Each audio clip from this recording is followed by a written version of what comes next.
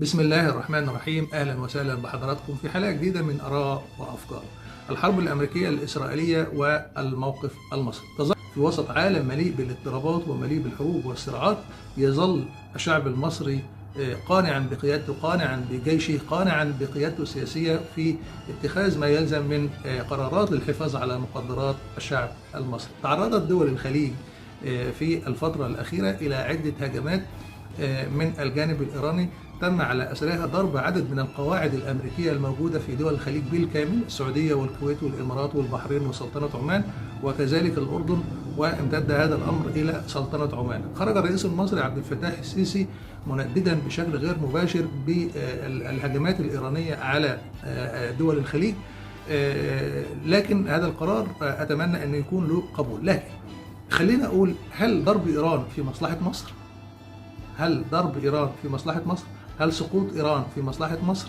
أنا هنا لا أتحدث عن اختلاف عقائدي، اختلاف ما بين سنة وما بين شيعة، لكن أنا بتكلم بشكل سياسي جدا جدا. أنا بتكلم هل سقوط إيران معناه مصلحة للدولة المصرية، أو سقوط إيران مصلحة لمنطقة الشرق الأوسط، أو أن أمريكا تمارس وإسرائيل تمارس سياسة الاستفراد، بمعنى أن هناك قوة رئيسية في منطقة الشرق الأوسط تتمثل في الجيش المصري والجيش التركي وكذلك الجيش الإيراني. معنى سقوط إيران والتدابير اللي بتحيط بإيران والموقف الإيراني معناه أن هناك خطط تحاك بالجمهورية الإيرانية لإسقاطها وتغيير النظام. هذا تغيير النظام لن يعفي من تقسيم إيران بشكل جزئي، وبالتالي تضعف الدولة الإيرانية وتتحول إلى دويلات متصارعة، ومن ثم تفقد قيمتها ويتم الحصول على النفط فيها بشكل كبير. كذلك سقوط إيران معناها اتجاه محور الشر المتمثل في أمريكا وإسرائيل إلى الانقضاض على ثروات الخليج العربي وكذلك على الدولة المصرية فيما بعد. كذلك سقوط إيران يعني التحكم الكامل لأمريكا في مضيق هرمز، وهو ما يمثل 30 أو 40% من حجم التجارة العالمية. كذلك سهولة الوصول إلى موسكو والصين كعدو اقتصادي وعسكري للولايات المتحدة الأمريكية.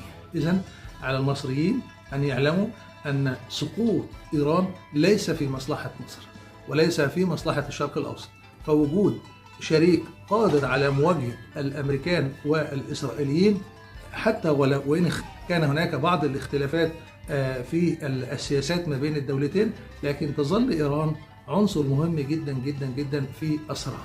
لكن ما نراه في الفترة الأخيرة من تجاوزات قالت على القيادة المصرية في حق دول الخليج بتطاول على دول الخليج العربي، نجد أننا هناك أمام تحالفات هلامية، بمعنى التحالفات الهلامية التي يتحدث عنها القيادة الأمريكية التي لا تعترف إلا بالقوي.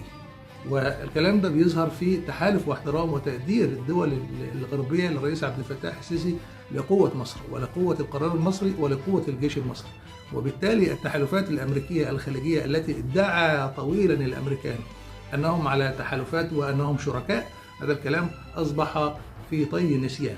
فاتجاه أمريكا دلوقتي إلى حماية إسرائيل وترك القواعد الأمريكية الموجودة في الخليج، في حين أن أمريكا في يوم من الأيام ومن فترة قليلة ذكرت أن القواعد الأمريكية الموجودة في خارج الولايات المتحدة الأمريكية هي أراضي أمريكية، وبالتالي كان من المفترض ومن الأخلاق أن هي تدافع عن القواعد حتى الأمريكية. لكن الأمريكان تركوا الخليج والقواعد الأمريكية أو الأراضي الأمريكية الموجودة في الخليج بلا دفاع، واهتموا بالدفاع على إسرائيل. طيب، كل اللي أنا عاوز أقوله نقطة مختلفة تماما، وهي أن هذه الحرب هيكون لها تأثير كبير جدا جدا على الشعب المصري، لكن تأثيرها أتمنى أنه يكون مفهوم بشكل صحيح. بمعنى الحرب الأمريكية قد تؤثر أو ستؤثر بشكل كبير على الاقتصاد على مستوى العالم، وبالتالي سيتأثر الاقتصاد العالمي بشكل كبير جدا، وبالتالي مصر جزء من الاقتصاد العالمي، بمعنى أن حركة التجارة ستقل بشكل كبير جدا، وبالتالي سيترتب عليها ارتفاع الأسعار. كذلك إغلاق مضيق هرمز في الوقت الحالي والتهديدات الإيرانية ستزيد من سعر البترول، وهناك توقعات أن يصل سعر برميل البترول إلى 200 دولار، وهو بالتالي مؤشر خطير جدا جدا على حياة الناس، لأن سترتفع معاه كل متطلبات الحياة في القادم، وبالتالي البضاعة هتغلى والأسعار هتغلى والدنيا هتغلى، وبالتالي ستعاني كل شعوب المنطقة بل وكل شعوب العالم. فهذا الأمر لابد وأن يكون في مخيلة المصريين أن الارتفاع القادم أو صعوبة الحياة في الفترة القادمة ليس سببها الدولة المصرية، وليس سببها الحكومة المصرية، وليس سببها النظام المصري، ولكنه نظام عالمي يخضع الجميع تحت إمرته، وبالتالي على الجميع أن يتوقع أن هناك صعوبة حتى وإن كانت الدولة المصرية، وده شيء أنا متأكد به وصرح به الرئيس عبد الفتاح السيسي أن هناك مخزون استراتيجي يكفي لعدة أشهر، لكن محدش عارف أن الحرب ده هتنتهي إمتى، وبالتالي من المتوقع صعوبة في الحياة. وبالتالي هنا كل اللي أنا بطلبه، كل اللي أنا بتمناه إن حتى الشعب المصري من دلوقتي يكون على أهبة الاستعداد وأهبة المبادرة لتحمل ما هو قادم، تبعات ما هو قادم. هناك تبعات اقتصادية ستتضرر منها مصر، هناك سياحة ستقل بشكل كبير جدا، هناك حركة ملاحية في قناة السويس ستقل بشكل كبير جدا، بل وهناك مصريين موجودين في دول الخليج قد يتم إنهاء خدماتهم ورجوعهم إلى مصر، وبالتالي ستقل العوائد بتاع المتحولات المصريين في الخارج، وبالتالي سينخفض الدخل القومي المصري نتيجة المؤثرات الخارجية اللي بنعيشها في المنطقة. لكن الدول وقوة الدول بتقاس بقوة شعوبها وبمدى تماسك شعوبها. كنا وما زلنا وإن شاء الله سنظل خلف قيادتنا وخلف جيشنا إلى يوم الدين، لكن الظروف الاقتصادية القادمة ستحتم على كل المصريين أن يعوا الدرس جيدا، وأن يقفوا خلف القيادة بشكل كبير جدا، وأن نكون خلف بلدنا، وأن نتحمل كل الظروف اللي جاية بشكل كبير جدا، وأن نغير من سياستنا الاقتصادية. كل رب أسرة اللي بيشتري حاجة بكميات معينة لا يشتري على قد ما يقدر الضروري بس.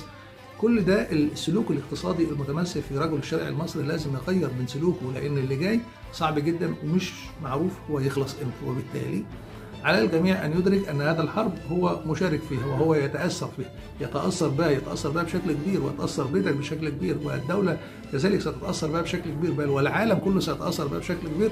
لكن ما يميزنا عن دول كتير جدا أن الحمد لله أن احنا لدينا استقرار اقتصادي وعسكري بشكل كبير جدا، أن حدودنا مؤمنة بشكل كبير جدا، أن هناك تماسك في الوحدة الداخلية للشعب المصري. أتمنى أن ربنا يعني يا رب يزيدها علينا بشكل كبير، لكن اللي جاي أتمنى أنه يكون أحسن، لكن القادم لا يبشر بالخير في ظل تزايد وتيرة العنف المتبادل ما بين إسرائيل وما بين أمريكا وإيران، وبالتبعية بعض دول أوروبا اللي بتحاول تدخل كداعم لإسرائيل.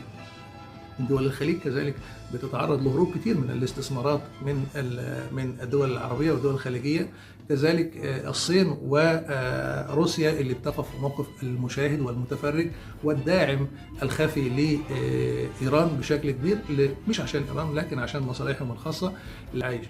لكن في النهاية أنا بتمنى من ربنا سبحانه وتعالى إن المصريين يكون عندهم وعي كبير جدا باللي بيحصل، ويكون عندهم إدراك كامل للحرب الإيرانية على مع إسرائيل وأمريكا وتبعات هذا الأمر علينا إحنا كمصريين، ونكون أكثر تلاحما مع بلدنا وأكثر تلاحما مع جيشنا وأكثر تلاحما مع القرارات السياسية اللي قد تصدر من القيادة السياسية في القرية. كل التحية لمصر، كل التحية لشعب مصر، كل التحية للرئيس المصري عبد الفتاح السيسي اللي كان عنده قدرة كبيرة على رؤية المستقبل وقراءة المستقبل بشكل كبير. وإن شاء الله بإذن الله زي ما قال أنا ما ضيعتكوش قبل كده عشان أضيعكم النهاردة، فقوتنا في تماسكنا. أتمنى أن الرسالة بتاعتي تكون وصلت. في النهاية بشكر حضراتكم شكرا جزيلا، تحياتي والسلام عليكم ورحمة الله وبركاته.